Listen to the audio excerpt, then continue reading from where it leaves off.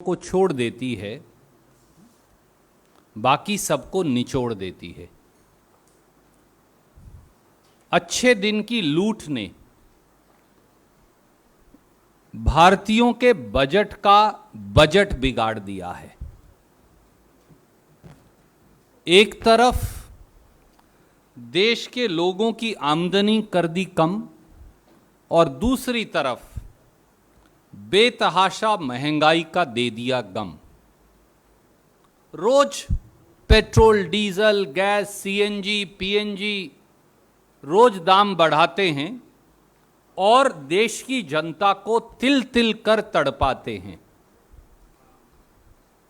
जिस भयानक गति से, जिस भयावह तरीके से लोगों की जेब काटने का धंधा भारतीय जनता पार्टी और मोदी सरकार कर रही है, उससे आज साधारण जनमानुष, गृहिणियां, गरीब आदमी, मध्यम वर्ग, नौकरी पेशा हर घर पीड़ित है। कांग्रेस अध्यक्षा श्रीमती सोनिया गांधी जी के निर्देश के अनुसार इसीलिए आज पार्टी के महासचिवों की और प्रभारियों की एक बैठक हुई और कांग्रेस पार्टी ने यह निर्णय किया है कि कांग्रेस महंगाई मुक्त भारत अभियान चलाएगी 3 चरणों का।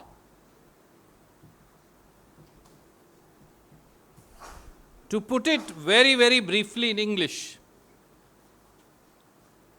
people of India have been betrayed, duped and deceived by Modi government.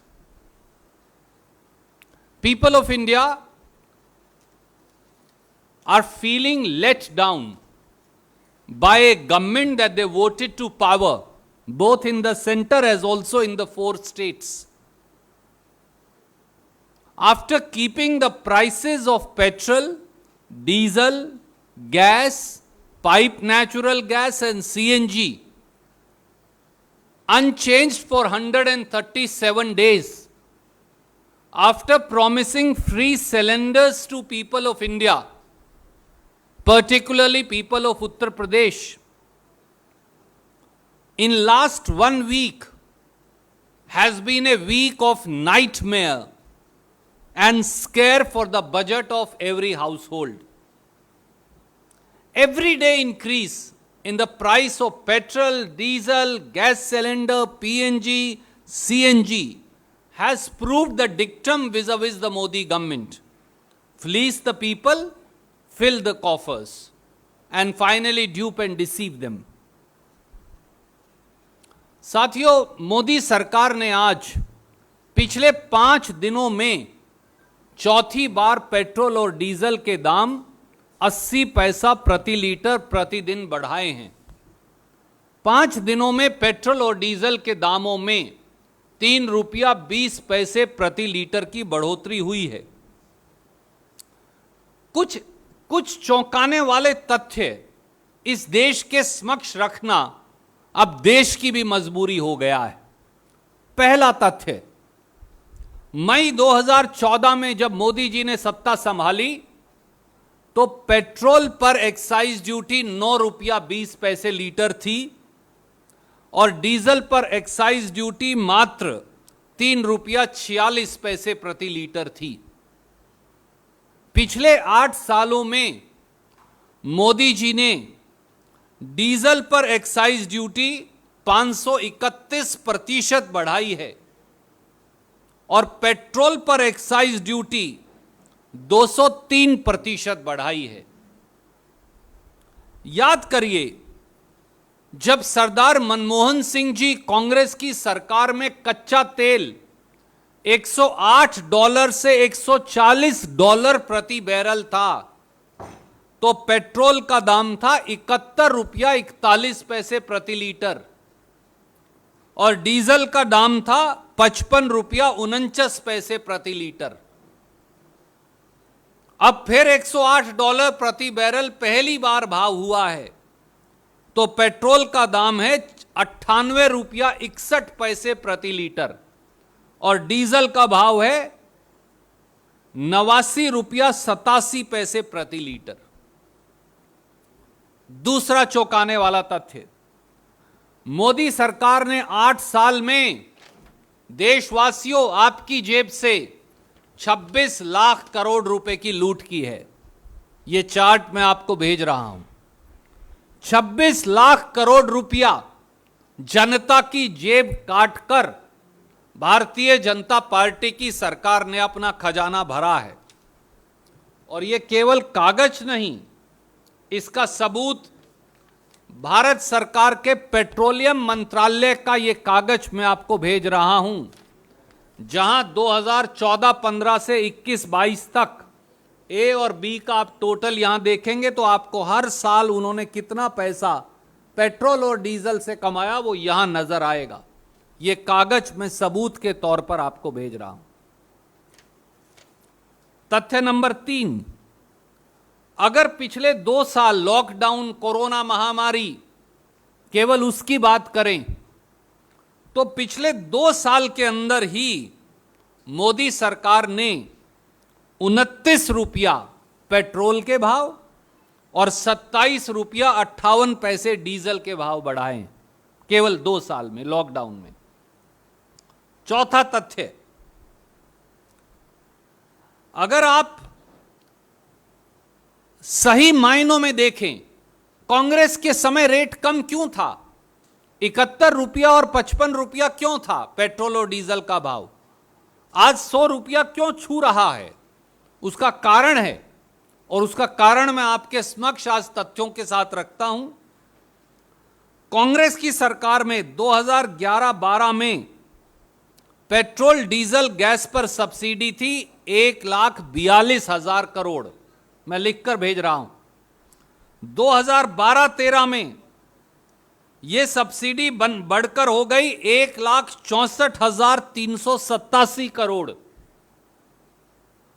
2013-14 में यह सब्सिडी थी 1,47,025 करोड़, यानी औसत 1.5 लाख करोड़ रुपया भारत सरकार, कांग्रेस सरकार, मनमोहन सिंह सरकार पेट्रोलियम कंपनियों को देती थी, ताकि आम जनमानस पर, आप पर, गाड़ी चलाने वाले, मोटरसाइकिल चलाने वाले, स्कूटर चलाने वाले, ठेला चलाने वाले, 3 व्हीलर चलाने वाले, 4 व्हीलर चलाने वाले, गरीब ट्रक चलाने वाले साधारण जनमानस पर यह बोझ ना पड़े।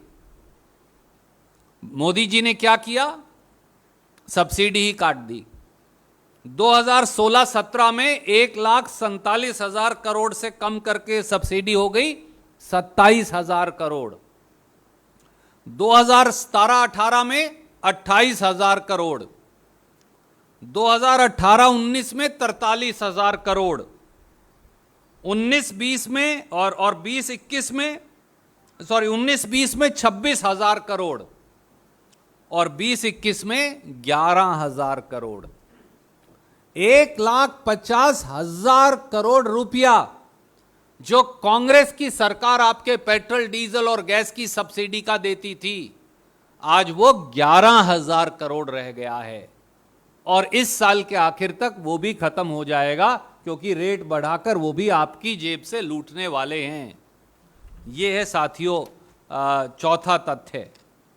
पांचवां तथ्य गैस से जुड़ा हुआ है। कांग्रेस की सरकार में गैस सिलेंडर 410 रुपए का था। आज देश के अलग अलग कोने में यह गैस सिलेंडर 1,000 रुपया से 1,200 रुपए का है। दिल्ली में भी ये 949 रुपए 50 पैसे का है।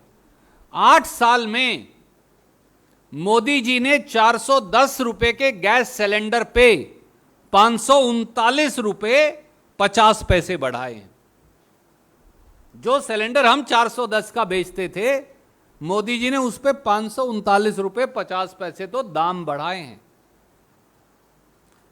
और गैस भी हम आयात करते हैं। एक कमाल की बात और है, अंतरराष्ट्रीय बाजार में 2014 के मुकाबले गैस के रेट कम हो गए, परंतु गैस सिलेंडर डबल हो गया। यह अजीब बात है।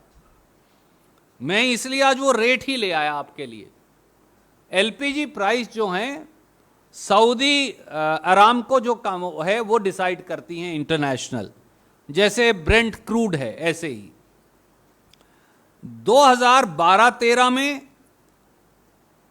$885 प्रति मीट्रिक टन गैस का भाव था, और 2013-14 में जब हमने सरकार छोड़ी तो $880 प्रति मीट्रिक टन था।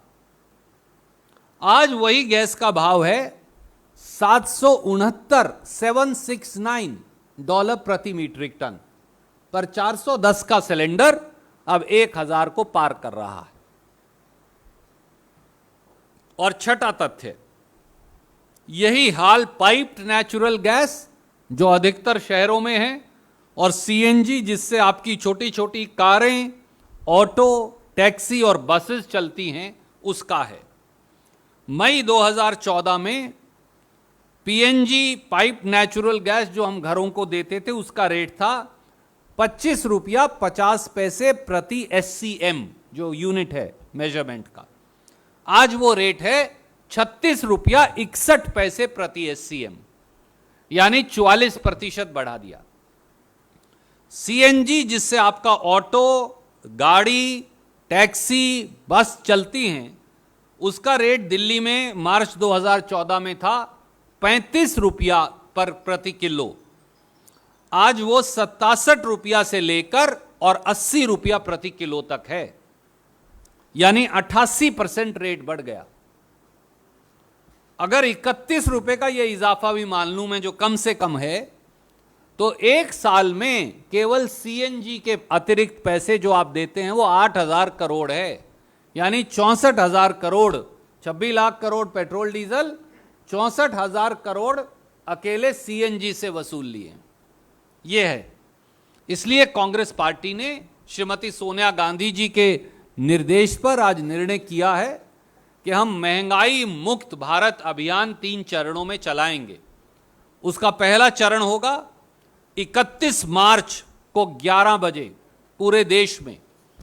देश के सब लोग, कांग्रेस के सब लोग, पार्टी के सब लोग और आम जनता को हम आह्वान करेंगे आप सबके माध्यम से भी, और पार्टी के लोग घर घर जाकर प्रचार करके आएंगे कि उस दिन अपना अपना गैस सिलेंडर, किसी के पास डीजल की कैनी है तो वो डीजल की कैनी, किसी के पास कोई स्कूटर मोटरसाइकिल है तो वो अपने घर के बाहर खड़ा करेंगे, एक उस पर फूल माला लगाएंगे और घंटी और ड्रम बजाएंगे, ताकि बहरी सरकार के जो जनता को लूटती है, जनता को जेब काटना ही जिस भाजपा का एकमात्र लक्ष्य बन गया है, उनके कान खोले जा सके। 31 मार्च को 11 बजे पूरे देश में, और ये सब फिर हम सोशल मीडिया पर भी अपलोड करेंगे। दूसरा चरण 2 अप्रैल से 4 अप्रैल के बीच में हर जिला स्तर पर कांग्रेस के लोग जनता के साथ मिलकर, सामाजिक संगठनों के साथ मिलकर, धार्मिक संगठनों के साथ मिलकर, समाज सेवी संस्थाओं के साथ मिलकर, जनता के प्रतिनिधियों से साथ मिलकर, रेजिडेंट वेलफेयर एसोसिएशंस के साथ मिलकर महंगाई मुक्त भारत धरना और मार्च, ये दोनों चीजें वहां पर करेंगे हर जिला स्तर पर, ताकि सरकार के कान खोले जा सके।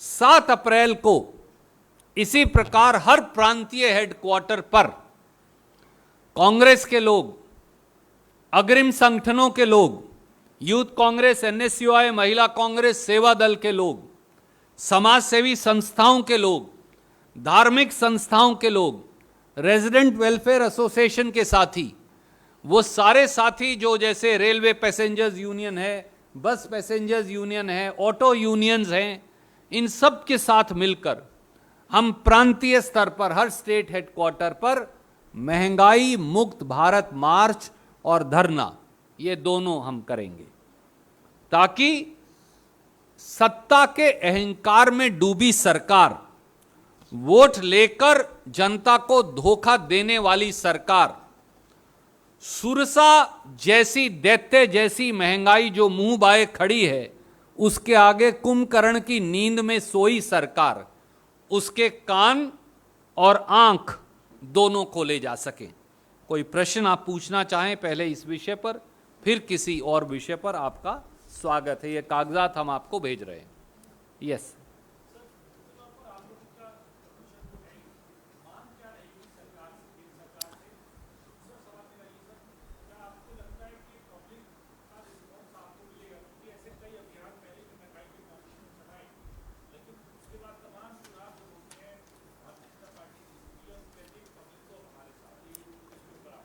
आदरणीय मित्र, क्या इस देश के लोग ये चाहते हैं कि उनके घर में खाना ना पके? क्या इस देश के लोगों को आप कह सकते हैं कि गैस सिलेंडर की बजाय मेरी मां, मेरी बहन, हमारी पत्नी, भाभी, ताई, चाची, वो अब उपलों पर, गोबर के उपलों पर और लकड़ी पर उनकी मोहताज हो जाएं और अपनी आंख पुड़वाएं? क्या इस देश के लोगों को ये चाहते हैं कि वो कभी भी स्कूटर और मोटरसाइकिल पर सफर ही ना कर पाएं क्योंकि उनकी तो तनख्वाह आधी रह गई है?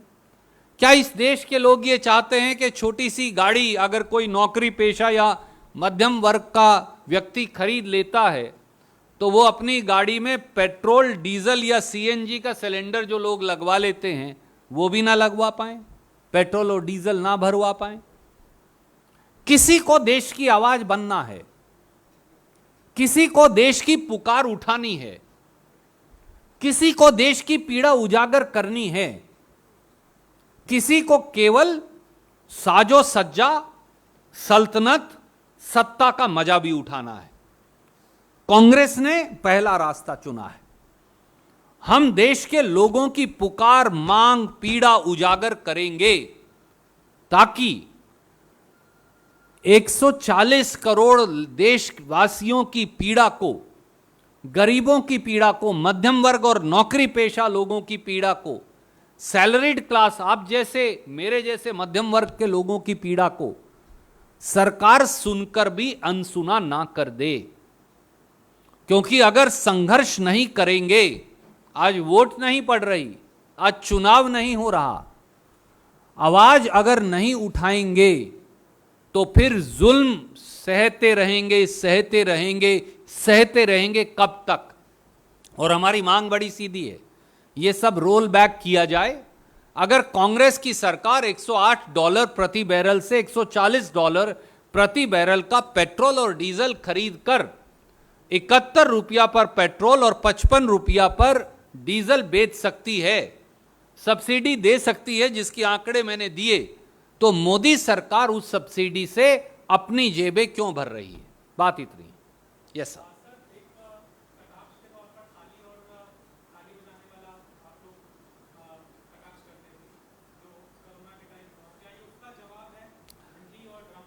जी नहीं आदरणीय मित्र, आप मुझे बताइए, अगर आपके बेटा या बेटी को बुखार हो और प्रधानमंत्री कहें आप थाली बजाइए, तो क्या उसका बुखार ठीक हो जाएगा? आपका बच्चा बीमार हो, जिंदगी और मौत के बीच जूझ रहा हो, आपके पिता और मां आखिरी सांसें गिन रहे हो, आपकी बीवी और बेटा ऑक्सीजन के बगैर तड़प रहा हो, और कोई उसे कहे डॉक्टर के नहीं इलाज मत करवाइए, ताली बजाइए, तो क्या आप उसे सही मानेंगे? पर अगर सरकार आपकी जेब काट रही हो और आपकी आवाज ना सुनती हो, देशवासियों, ये हमारा आपसे अनुरोध है हाथ जोड़कर, सरकार आपकी जेब काट रही है, भाजपा आप पर जुल्म ढा रही है, भाजपा आपका बजट चोरी कर रही है, एक तरफ तनख्वाह आधी होने का गम, दूसरी तरफ महंगाई, तो ऐसे में शोर और आवाज करके, कोई घंटी बजाए, कोई ड्रम बजाए, अगर बहरी सरकार के कान ना खोलें तो क्या करें? इसलिए यही सही तरीका है।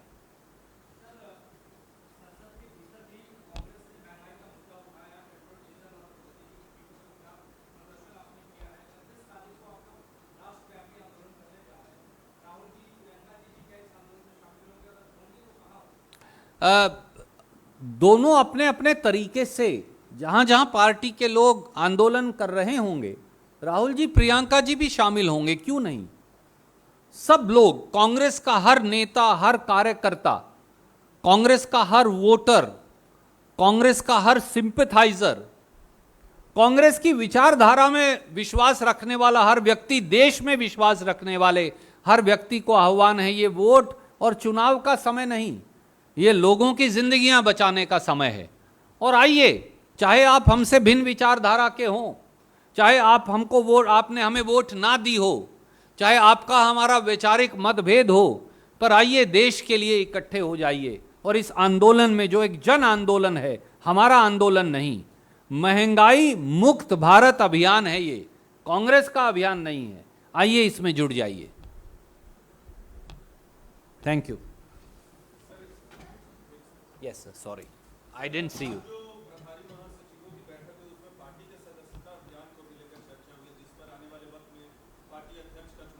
जी,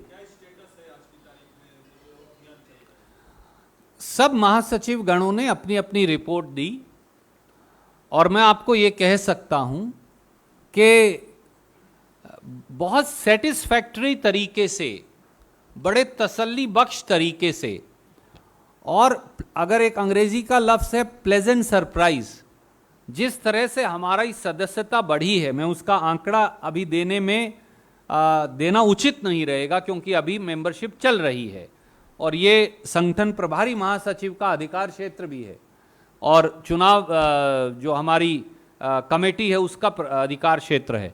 पर जिस तरह से महासचिव गणों ने अपने अपने प्रदेशों की रिपोर्ट दी और उसका हमने टोटल करके देखा, तो बहुत उत्साहवर्धक, बहुत एनकरेजिंग रिस्पॉन्स मेंबरशिप का कांग्रेस को आया है। Yes sir, can I come go to her and then come back to you? Okay, let him come first. Okay.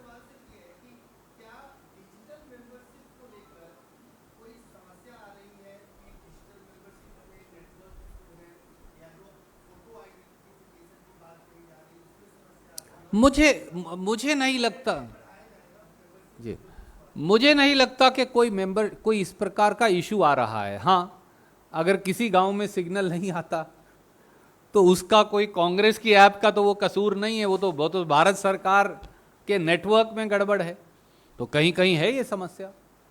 Hindustan के सब गांवों में मैं आपको बताऊं, आप मेरे साथ चलिए, यहाँ से जब आप मेरी कर्म भूमि कपिस्थल कैथल जाएंगे तो पूरे NH 65 पर कोई सिग्नल नहीं है, कोई सिग्नल ही नहीं आएगा।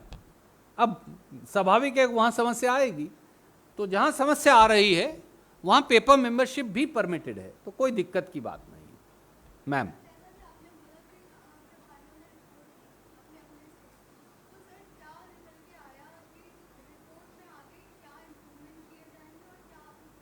जी, सबसे पहले तो जो संगठन प्रभारी महासचिव हैं KC वेणुगोपाल जी, उन्होंने दोबारा सब साथियों को ये आगाह किया कि अब क्योंकि थोड़ा समय बचा है, 31 मार्च को मेंबरशिप क्लोज हो जाएगी इस चुनाव के लिए। मेंबरशिप तो हमेशा कांग्रेस की खुली रहती है, पर चुनाव के लिए कोई कट ऑफ डेट होती है, तो जितनी जल्दी से जल्दी बाकी जो आपकी मेंबरशिप बची हैं वो जमा करवाइए या उसे एग्जीक्यूट करके संपूर्ण करवाइए। मेंबरशिप किस किस स्टेट में कितनी हुई है, मुझे लगता है कि वो बताना उचित नहीं रहेगा। Thank you. यस,